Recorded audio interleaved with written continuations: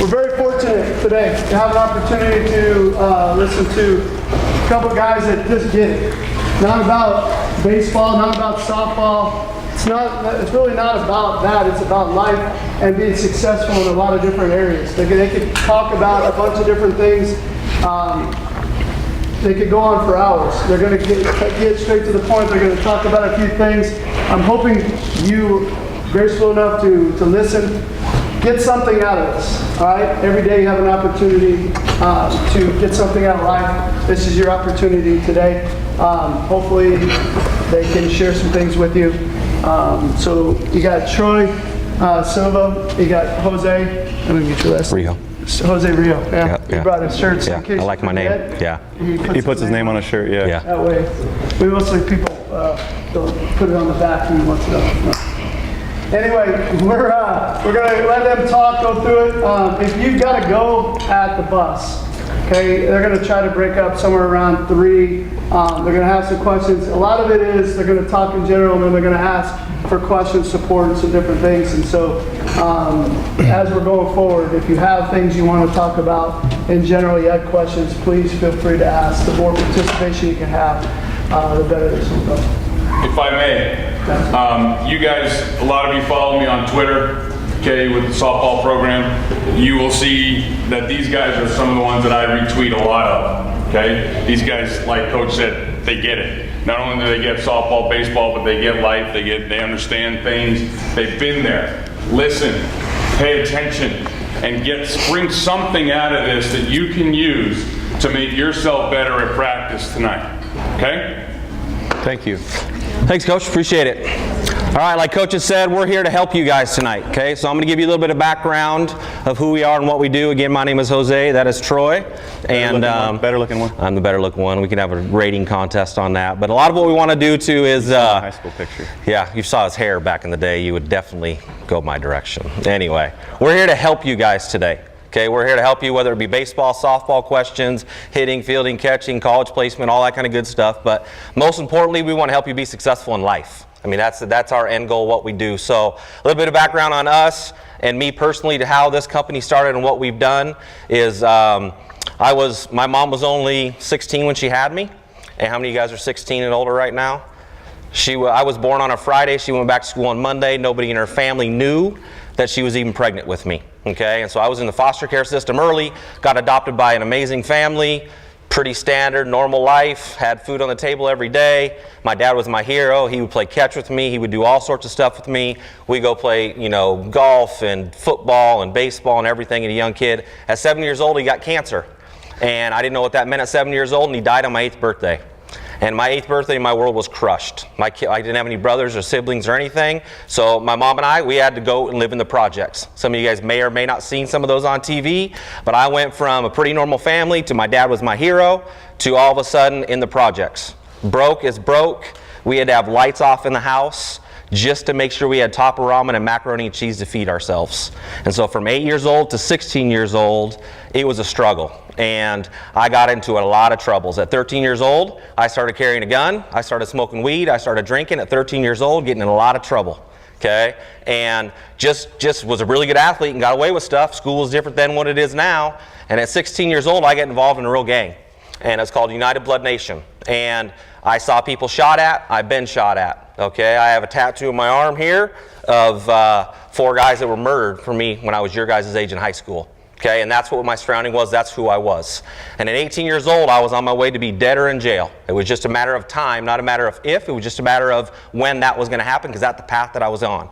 But I had one coach my senior year. I didn't even play my senior year of high school baseball. I was a pretty talented guy, football, basketball, baseball. I was a lot skinnier and faster back in the day. Okay, I could really run a little bit. But one coach took an opportunity on me that was a head coach at a junior college. And he said, Jose, you're a good kid, just making bad decisions with bad surroundings. And it was like, whoa, like I'm a good kid? No one ever told me I was a good kid. They told me I was a pretty good athlete and I could play and do some stuff, but I'm a good kid. So he took a chance on me. Okay, he took a chance on me when I was a hood rat. I was in trouble, all sorts of stuff. And if you know anything about gang life, you don't just leave gang life. Even though I was in the Seattle area, you know, I left to the other side of the state, and kind of the leader of our gang at that time was murdered the week before I left to school. And so when he was murdered, I was kind of let underneath the rug and go, and nothing really major happened to me. And from that point forward, Coach Jay, he actually lives in Arizona right now. He was a first-round pick for the Yankees, Coach Ken Johnson, and he put his arm around me and said, I'm going to mentor you, I'm going to help you, I'm going to do some things to get your life right. Because I had no mentorship, I had no father figure, I had nothing. I was just a guy who was lost, insecure. I was a guy who made fun of other people just because I had no leadership and no one directed me in the right way. And so I turned out to be pretty good, got drafted by the Dodgers, didn't sign with them. I ended up going to LC State, which is an NEI powerhouse, where I met this guy. We won a national championship there. And then from there I got drafted by the New York Mets, played with the Mets. He went with the Indians, and I'll let him talk a little bit too. But when I got to professional baseball, it was like I felt there had to be more in life, and I wanted to be more successful, and God got a hold of my heart, and he says, you need to stop playing professional baseball and open up a baseball softball training facility and be an influence for kids, because one coach had an opportunity to chance on you. And my mindset was like, I'm going to go make millions of dollars, play in the big leagues for years and do all these things. And I just constantly had on my heart to go just pour into kids and help kids be successful, because if I can change one life, good things are going to happen. So I stopped playing professional baseball, and I went into one cage, sitting on a tee, looking at a kid, and he's asking for advice how to hit. And I think I charged him like $15 for that session, and I still probably owe that kid money because I made him bad at that point. I can hit 95 on my hands, get my hands inside, I can compete like that, but to teach a kid how to do baseball, I don't know. But one thing I did is I cared. I wanted to know about how kids were being successful in school. I want to know how you were treating other people. I wanted young men to open up the door for women to respect them, not because you want to look them up and down.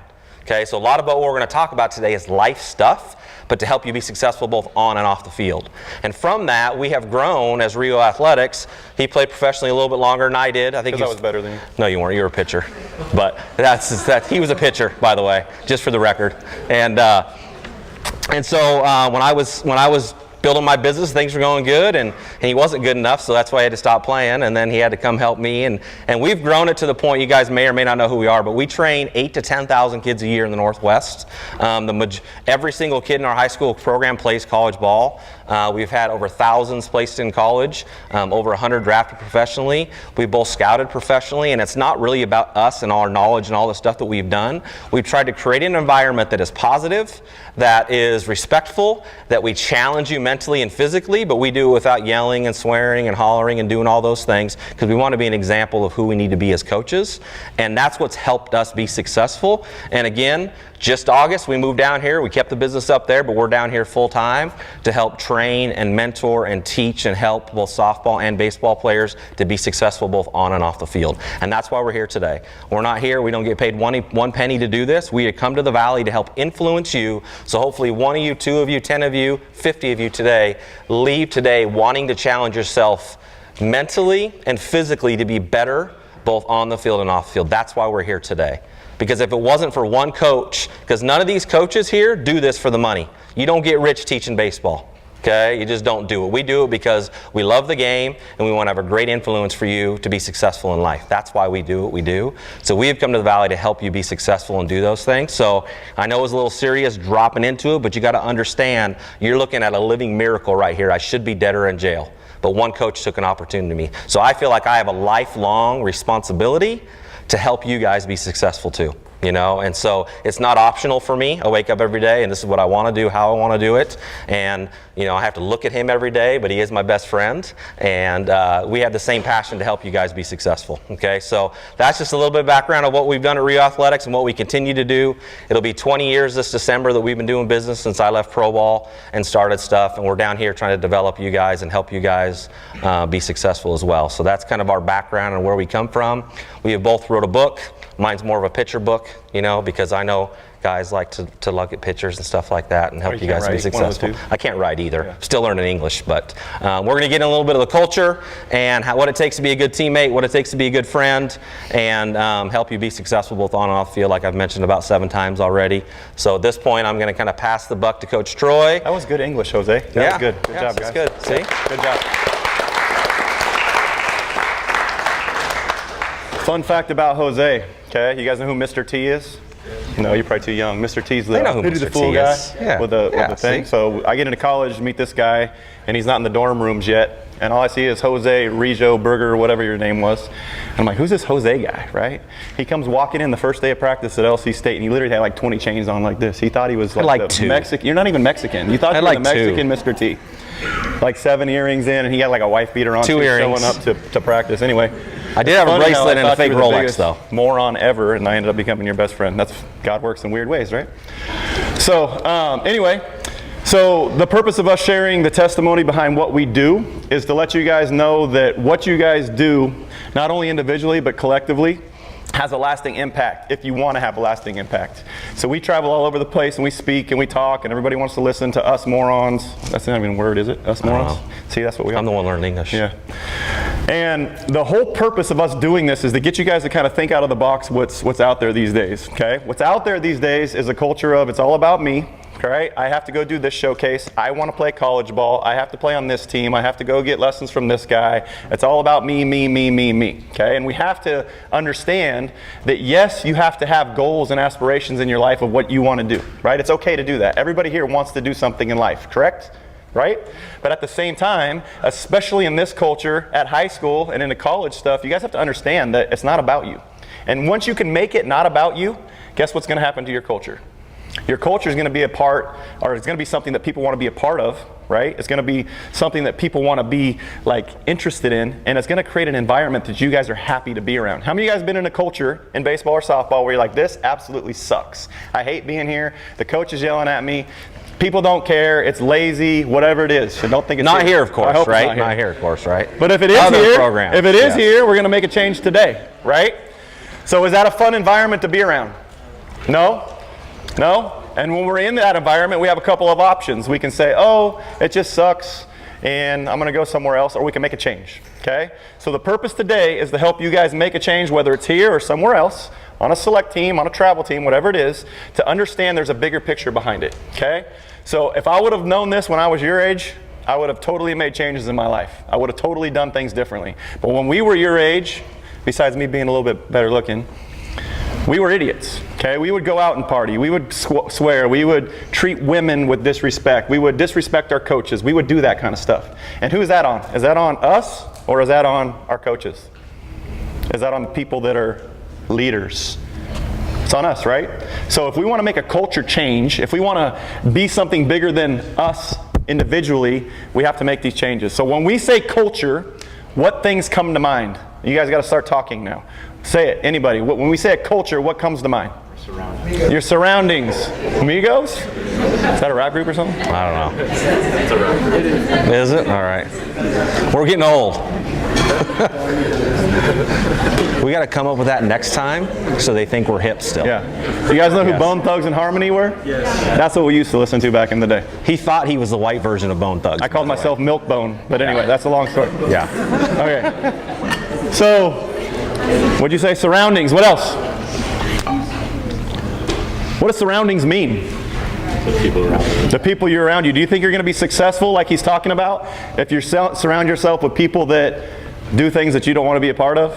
No. Right? Because I will say this, growing up, the people that I surrounded myself with, I hung out with this guy, so I didn't become a gangster, but I was almost a gangster. He tried to be. But he used to smoke weed. Guess what I used to do? Smoke weed. We'd go out and drink 40s. Guess what I used to do? Drink 40s. So because I hung out with this moron, I became a moron just like him. Right? So who you are surrounding yourself with is who you're going to become no matter what you think about it. And you're going to look back, if you surround yourself with the wrong people, going, what the heck am I doing? A year, 2 years, 3 years, 5 years down the road. What else? Culture. Come on, talk. Atmosphere? What? Atmosphere is good. What else? Expectations. Expectations. Very good. What does expectations mean? Goals? That kind of stuff? Expectations is a good one, Coach. Okay, expectations. One of the reasons why we came to Arizona is because we've been coming here year after year after year after year for like 10 years, and we're like, hey, let's go move there and do this. But one of the reasons why we're down here is when we come to Arizona, baseball and softball is boring, it's non-energetic, and it's lazy. Whether you guys think you're that or not, it is what we see. And I'm not saying every one of you is like that, but that's what we see on a regular basis. Maybe it's the sun, maybe it's too hot, maybe you play too many games, or maybe it's just the culture that we need to change. How many of you guys can honestly say that you show up every day to practice or to a game, thankful that you get to play, happy and joyful that you get to play, and want to work your hardest every time? Everyone's like, I couldn't have said that at your age at all. And anyone that says that is 100% lying. Now, we're not saying you can't do kid things, go out to the movies and do that stuff and enjoy your time, but what we see up here and what we try to create is a happy, joyful environment. How many times we go to the field and we see teams that don't even smile playing baseball and softball? Every time I know. Every time we're down here. It's like a chore that you guys have to play the game. Guess what? If you smile more, you like it more, you work harder, you get better. But if you show up to practice like, oh, I have to play baseball today, like, what are you really doing it for? So the expectation is show up with an attitude every day that you want to work hard with a good attitude and smile. Good one, coach. What else? Culture. What about how you play? Expectations. What? Expectations. He just said that. He's a long ways away. Yes. Capabilities? Hey, at least you said something. You know what I'm saying? Yes. That's what I'm talking about. Way to participate. All right. So we'll use the word capability. So what he's probably trying to say is, are you achieving what you can be potentially on the field? Now, how do you do that? I'll tell you this right now. Most people at your guys' age don't know how to get better. And if you do know how to get better, you don't have the time and effort and sacrifice that it needs to get better. Most of the time these days is you watch a YouTube video with Jose, and Jose says, hey, keep your hands inside the ball and hit the ball up the middle and think inner half of the ball. So you go in the cage and you take 500 hacks trying to do what he said, and are you really getting better? Is it bad information? No, but is that really going to make you better by doing that every day? So I think that right there is, I think we're coming to Arizona to give you guys feedback of how do you really get better? How do you really improve? Because when you improve, your team gets better, right? When your team gets better, you win more, and when you win more, it's more fun. No one likes to lose. So the capability part is where we come into play and tell you this is how we can do that. We're going to answer these questions at the end if you guys have questions about how do you do that kind of stuff. But that's a good one. Are you doing what you need to do on a regular basis, from schoolwork to diet to weight room to off-field stuff to hitting to throwing to everything that you need to do to get better as a player and to help your team? And I would venture to say that not everyone here does that. Okay? What are some things that you guys can control each and every day to make the culture better in practice? Let's talk about practice. What are things that you can do each and every day to make the culture better in practice? Attitude. Okay, good. What else? Show up and work hard. Show up and work hard. Okay. Effort. Confidence. Okay. What else we got? What is the things that you can control every day? I got a good one. Yes. Body language. Body language is huge. Because I'm just watching some of you guys, not to name any names, but this is the body language I see right now. Is this interested or uninterested? Uninterested. Body language plays a key part. You guys are awesome, by the way. Body language. It's good. What else?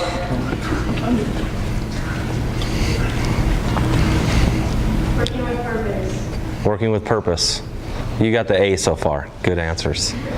So talk about that. What if that ground ball you roll over and hit to the shortstop for the third time, and you still sprint through the bag?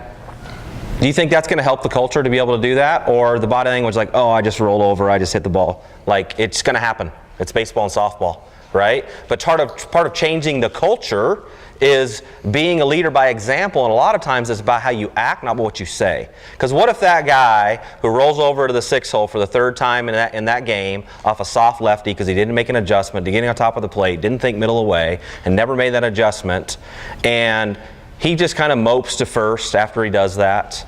But then in the dugout, he's talking about, we need to hustle, we need to work. Are you guys going to respect him? No, you're not going to respect him because his actions aren't saying what he's trying to do. So much in baseball and softball can be off of your actions, of how you hustle, how you work hard, how you do some things. Because I'll tell you this, from a coaching perspective and being a professional scout for 10 plus years at a time, We want to see guys how they respond and gals how they respond, not when they're doing well. It's how are you doing when you're not doing well? How are you doing when you are rolling over, when you strike out? What's your response? We have a kid in our program up in Seattle. I always tell this story.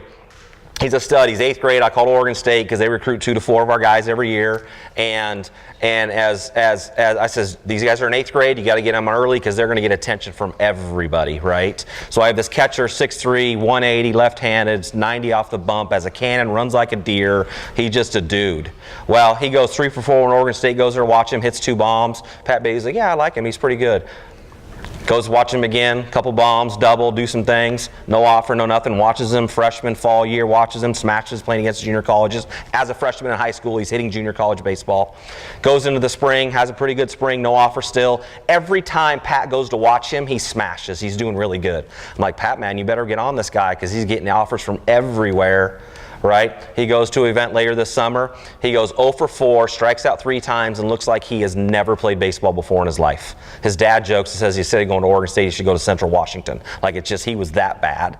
And you know what Pat did? He made him an offer after that game, because when he failed, he went in the dugout, put on his gear, hustled out from the dugout to home, work on receiving, make a good throw down to second base, and he didn't let his horrible at-bats and look really bad really affect him, because he wanted to work and be a good teammate and be a good friend. After that, he got an offer from Oregon State, the #1 team in the country. Not when he went 3 for 4 and 3 or 4 bombs. I mean, it's a big difference. So we look for how are you responding when things aren't going good. The attitude, the effort, the hustle, being a good teammate, being a good leader, all those things, how do you become a good friend? You know what I mean? And enjoy the game. A lot can happen just based off of that. What else you got? So how do we get this culture? So you guys understand what culture means, right? And if you really have a true desire to like really be a part of something that basically leaves a lasting impression and people underneath you want to be a part of it, how do you get there? The question is, how do you do that? How do you create, good surroundings? How do you create that attitude, that effort? How do you do that?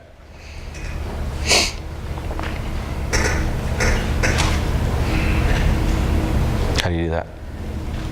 How do you do that? Work hard. Work hard, what does that mean?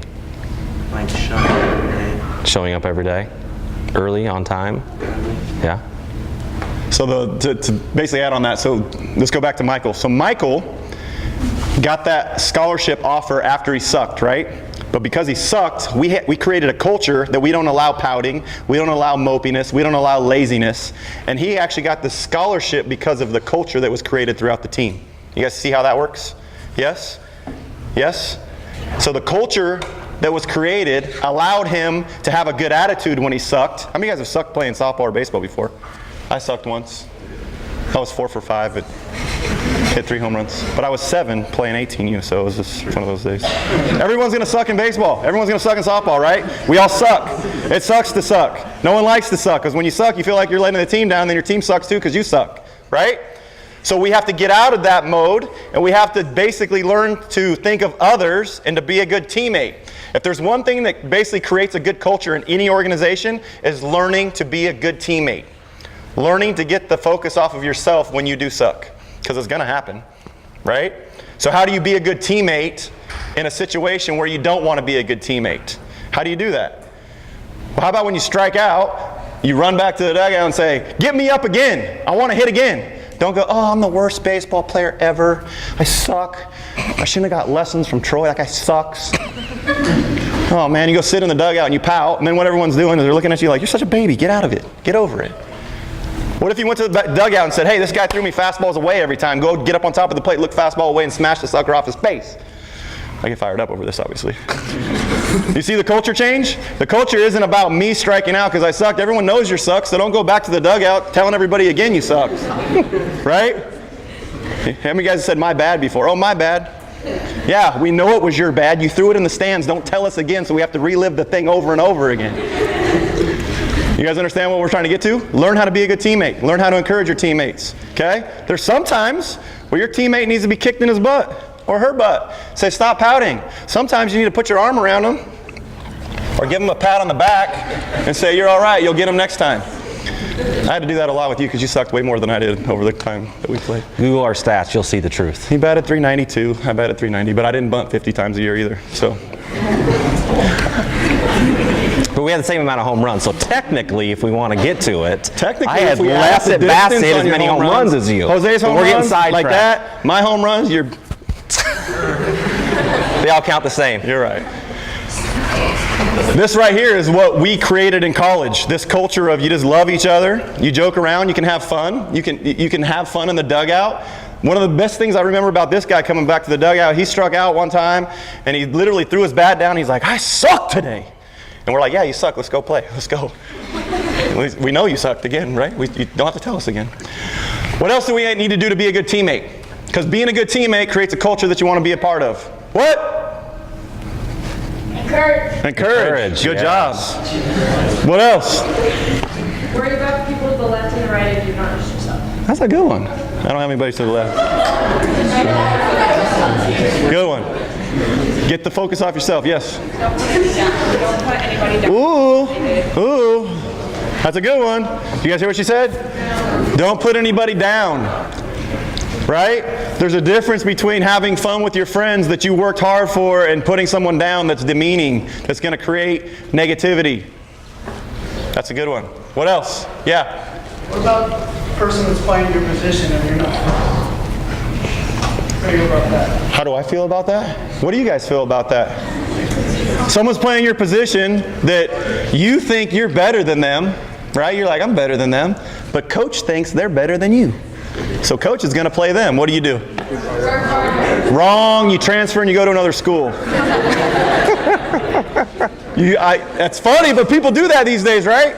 I bet you all know somebody that transferred and went to another school because they weren't getting the playing time that they wanted, right? Or your select team.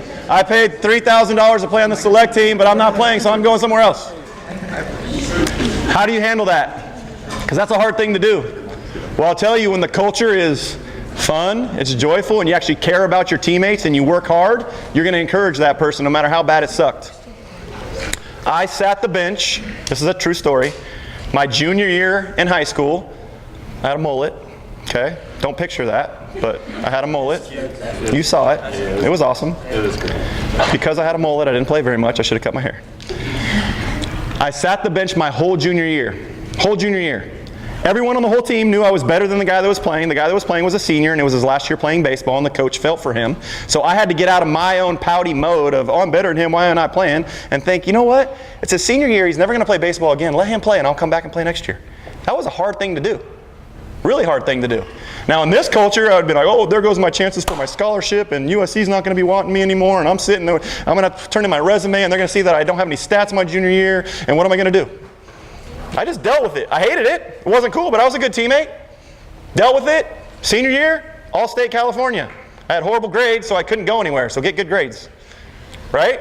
So you have that option of making it a bigger deal than it needs to be, or learning to be a good teammate. Because we're going to tell you this right here. We're both idiots, as in case you haven't figured that out. But God's using us to do crazy things that we don't even understand. God has a plan for your life. And if that plan's to sit on the bench your junior year, or to sit behind somebody that you think you're good at, have a good attitude doing it. And if you can learn to do that, your environment and your culture will be something that everybody wants to be a part of. I guarantee you that. As hard as it is to do it, trust me. Let's touch on perspective. When you hear the word perspective, what does that mean? Your point of view? Okay, that's good. You got a couple good ones. Good job. What else? Just a couple more things. When you hear the word perspective, How you see things in specific situations. that's great. How you see things in specific situations. So you could be that guy who's playing in front of you, or that gal who's playing in front of you. If you have the right perspective and say, I got this long-term goal to get better anyway, so if I don't get the time right now, it allows me to work on my craft. It allows me to work on more bat speed, more arm strength, get stronger, get bigger, faster, stronger. And I might not have the stress of the game situation right now, but I can control to do the things that I need to do, and be thankful that you're on an opportunity where you might get a chance to play. Because I guarantee coaches are looking for that gal or guy that's always having a good attitude, that's always working hard, because there's enough baseball. There's over 1,200 baseball schools in the country. I don't know how many softballs there is, but there's a place for you with good grades, good opportunity, if your perspective's right and you're trying to look at things. Okay? I'm going to get a little deep real quick. Okay, you guys following me? I have a pretty good perspective on life from where I came from where I'm at. But my wife and I adopted a girl, a little baby girl, when she was 2 weeks old. Okay? And we had trouble getting pregnant with our first son. My wife had 3 miscarriages. Okay? 2 of the babies were so far along they had to be surgically removed. Told you I'm going to get deep. It was tough to deal with that. Okay? So we went through the adoption route. We get a call that says, you've been chosen. Got a beautiful little girl. Okay? She was born with cleft lip and palate. You got to feed her through a tube, and she was born with drugs in her system. Whoa. Like, whoa. Like, okay. Well, we'll say the nice Christian thing to do. Yeah, let's pray. We'll figure it out. Within minutes, my wife and I looked at each other. Turn real slow like a disco ball. Whoa, the battery's too high. You gotta turn slower. I went deep to a disco ball. Yeah. That was great. I had everybody on like pins and needles right there too.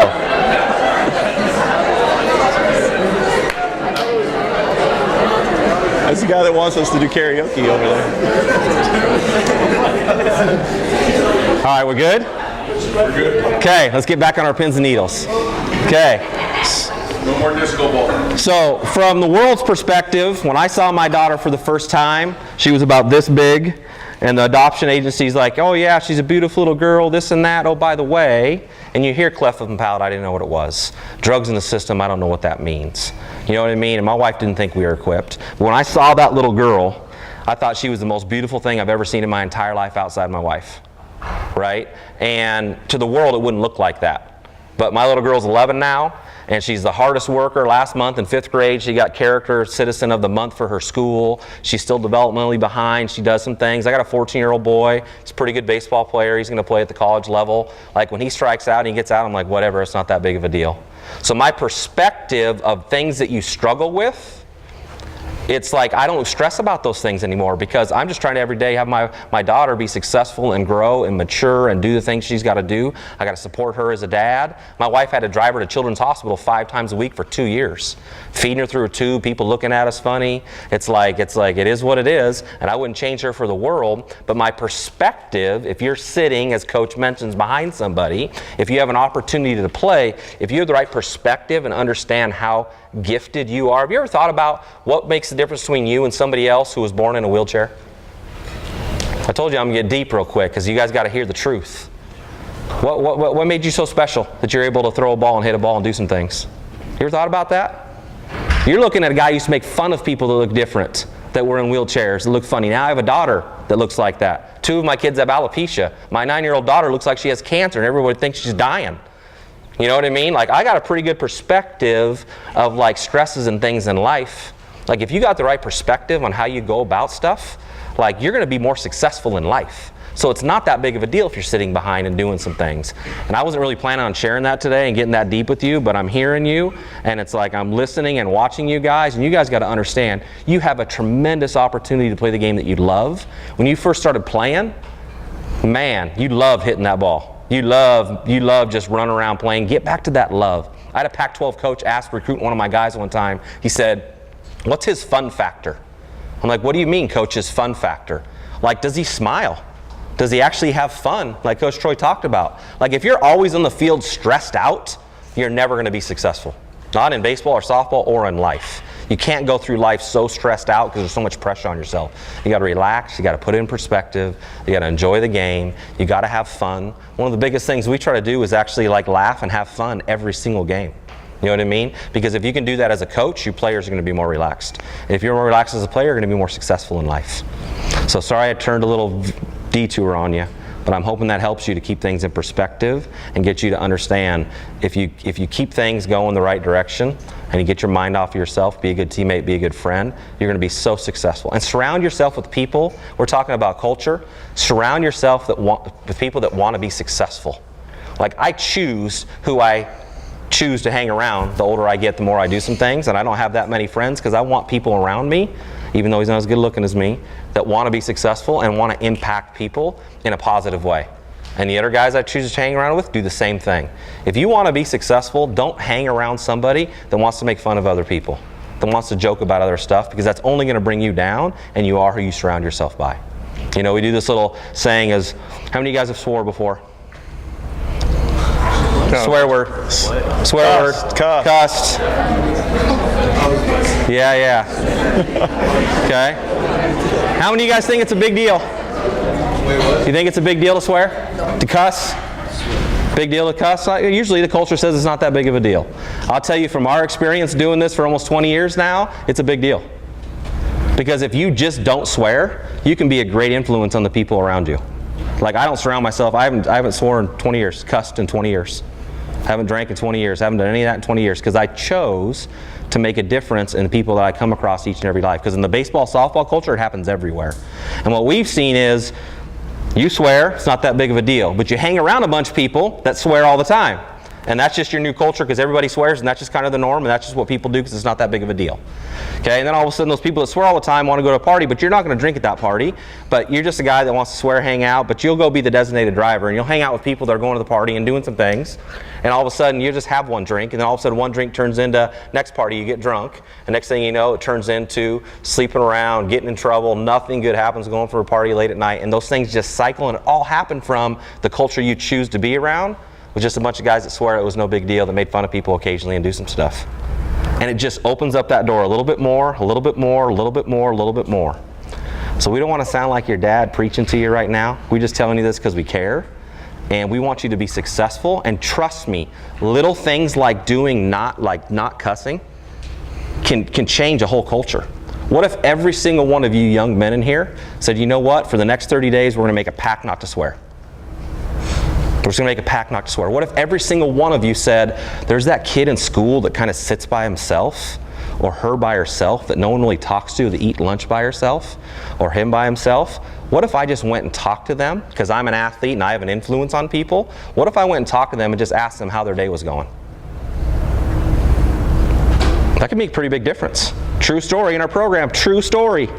We told kids in our program to go make a friend with somebody that they've never met before, someone that sits alone and does some things, just get to know who they are as people. That kid was going to commit suicide. Like, I'm getting so deep today, Coach. I'm getting deep. But like, just because he went out of his way to say, hey man, I seen you at lunch, like, what's your name? I want to let you know my name's Jan. He did that, and that kid said, I'm so thankful you went and said hi to me because I was going to go commit suicide. They're still friends today. That was 7 years ago. You know what I mean? Think about the impact you as young people, because everybody always dogs you guys out. This generation is this, and this generation is this. I don't believe those lies. You don't believe those lies. Have courage enough to be a rebel and not swear, because there's a million kids that swear all over the country, and it's no big deal. If you want to be a rebel and make a stance, don't swear. And make a difference. Be a culture change. Do some things. My pastor used to tell us all the time, what we can accomplish together, we can never do alone. You can't go through this life alone. You can try, but it's going to be really difficult. But if you create a culture and a brotherhood or a sisterhood that's willing to compete for each other, do whatever it takes and make a change, just in this room, you could have such a long-lasting impact for years and years to come in this school and in future stuff happening in the future. So I got detoured again, Coach. I got deep a little bit, but I hope that's helpful for you guys. Keep things in perspective and talk about some stuff as well. So we're going to leave the last couple minutes just for questions. So obviously we can talk about different things. Detours are good, right? So questions about hitting, about college placement, about anything, we're going to open it up. And I'm going to pass this around. What we do while we're talking about this, if you're interested, it's about an hour to get to us right now, but we are potentially moving closer to you guys. If you're interested in potentially doing a free evaluation where you come in, we'll see how hard you throw or how hard you don't throw. We have cool stuff that registers how fast you swing the bat and all that. If you're interested in doing a free assessment and interested in potentially doing any training with us, fill this out. Just put your name and cell phone number on here. Okay, so we're going to pass this around. If you're not interested, that's fine. We're going to pass this around because we're going to run into time. Any questions with anything? Questions about hitting? Questions about culture? Questions about anything? Come on. How do you handle failure as a hitter? I don't know. I never failed. Next. Failure. Everyone talks about, oh, hitting's a game of failure, right? Number one, I hate that mentality, because if you're already telling yourself that hitting's a game of failure, or baseball's a game of failure, you're telling yourself that it's okay to suck, and it's not okay to suck sometimes. Hitting is basically something you're going to fail at a lot, right? But you can't ever tell yourself, we just did the video on this, right? Is that why you brought that up? You can't tell yourself that it's hard. You can't tell yourself that, oh, it's just something that I'm going to fail at. You got to tell yourself you're the best hitter on the planet. When you step in the box, I don't care if you're 0 for 20, you look the pitcher in the eyes, don't say this out loud, say, I'm smashing. Throw me my pitch and see what happens, pitcher. We don't cuss, but that's what I was thinking, right? You know what I mean? That's the attitude you got to have. So how do you handle failure? Is if the culture, like we talked about, is what it is, then you move on from it, okay? You move on from it. How many of you guys know who Aaron Judge is? Girls are like, oh, Aaron Judge. Yeah. Aaron Judge. About a month ago, Aaron Judge was in a slump. He was 0 for 10 with 10 strikeouts in a row. Some of you guys probably remember this. The reporter kept going, hey, what are you doing wrong, Aaron? And what did he say? It's baseball. No, you suck. You're 0 for your last 10 and 10 strikeouts. What are you doing wrong? What are you going to do to make a change? It's baseball. No, what do you do? You're not very good at baseball right now. Like, what are you going to do to make a change? And he kept saying, it's baseball. Right? This is the best of the best. Yeah, he gets paid a lot more money than all of us combined, but he's saying it's baseball or softball. It is what it is, basically. Next day, 2 for 2, hit a bomb. They said, what'd you do to make an adjustment? And what was his answer? It's baseball. Some days you suck, some days you don't. Some days you suck and you get hits. Some days you're awesome and you still suck because you don't get hits, right? That's just the way it works. So that way to handle failure is, number one, understand failure is going to happen, okay? And number two, get in there with the attitude of competing so you don't fail very often, right? So come train with us and we'll teach you how to be a better hitter. Good question. Does that kind of answer it? Close as we can in the time we have. Any other questions? Come on, we got a couple more minutes. Ask him a question, dude. Ask him, yeah. What were my grades? He said they're bad. I didn't take the SATs. So that should just answer it right there. They said, what's your SATs? I said, what's that?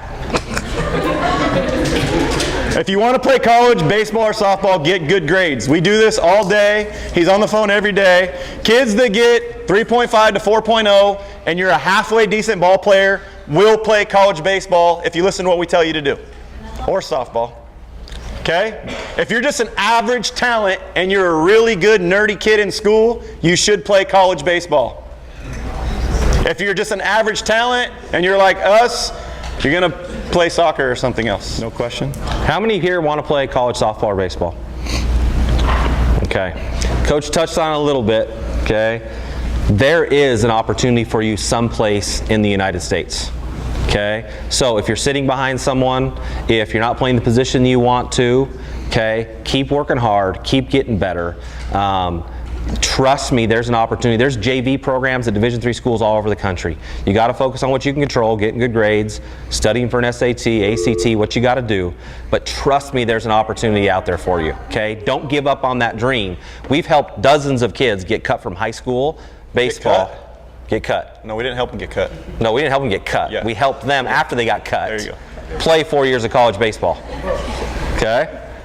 We helped them do that because they had a goal, they were driven, they wanted to work hard, they wanted to get better, and they could do that. So we can help you with that stuff as well. We're not a recruiting agency, but we can give you some advice and point you in the right direction. If that's really your goal, get started and plan accordingly to help you out to be able to do that, and you will be successful. Just keep motivated, keep focused.